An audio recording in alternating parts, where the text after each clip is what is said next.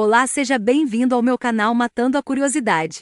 Hoje você vai ter acesso a mais um vídeo. E quem ficar até o final do vídeo vai receber um presente. Então já deixa seu link, se inscreva no canal e ative o sininho para receber todos os vídeos. Muro de Berlim, História, Construção e Queda. O Muro de Berlim foi construído em 13 de agosto de 1961 e derrubado 28 anos depois, em 9 de novembro de 1989.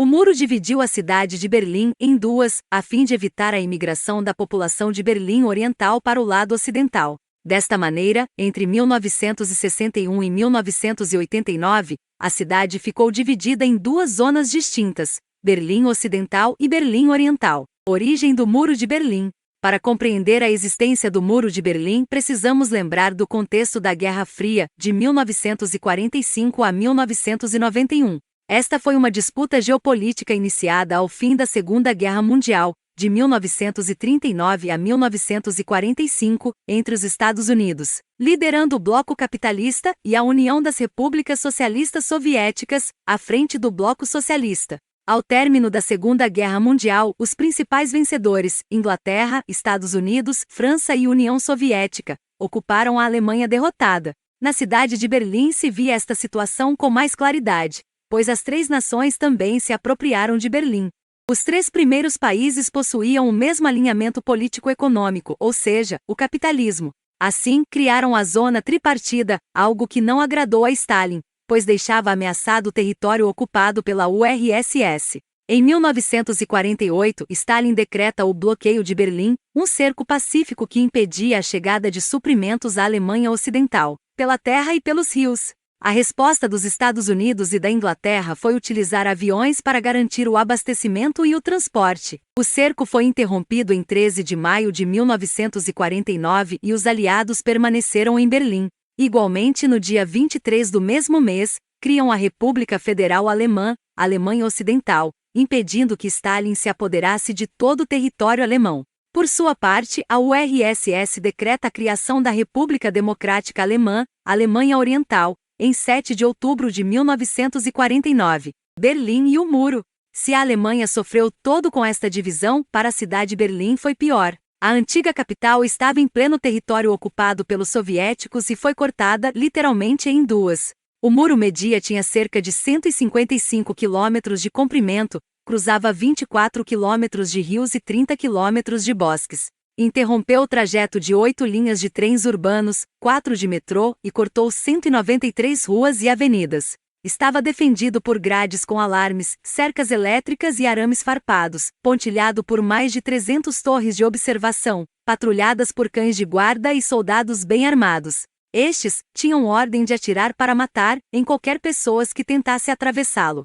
Algumas construções sofreram diretamente as consequências da construção, como a Igreja da Reconciliação, de 1894, que ficou restrita aos moradores do lado comunista. Na década de 80, com o objetivo de criar uma área junto ao muro, que ficou conhecida como Zona da Morte, o governo da RDA optou por sua demolição, em 1985. Outro lugar dilacerado foi o cemitério Sofia, que passou a ser acessível somente aos berlinenses orientais. Sua área foi cortada e vários corpos não foram retirados adequadamente.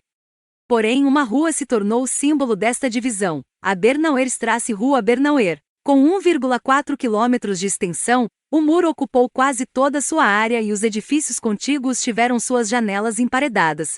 Ali se produziu a primeira vítima mortal que tentou escapar de Berlim Oriental, em 22 de agosto de 1961, quando uma moradora saltou do terceiro andar e veio a falecer com a queda do Muro de Berlim.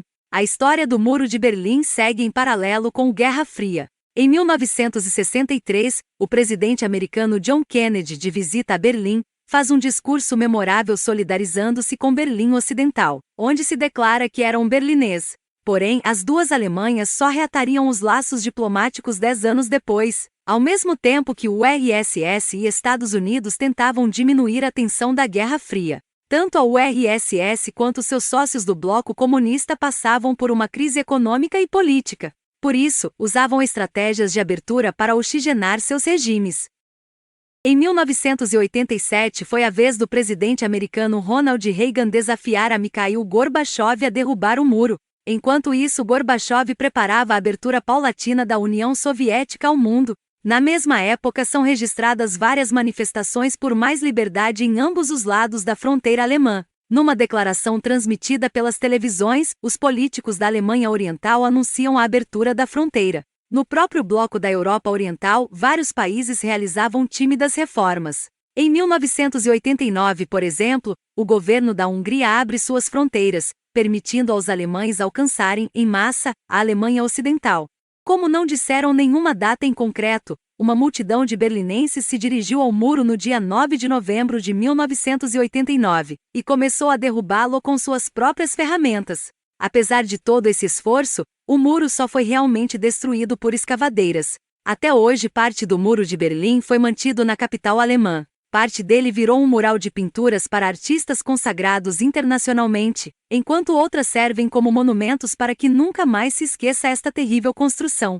Por fim, a Alemanha Oriental e a Alemanha Ocidental se unificam em 3 de outubro de 1990, 11 meses após a queda do Muro de Berlim. O presente como prometido, basta clicar no primeiro link na descrição abaixo. Te vejo no próximo vídeo.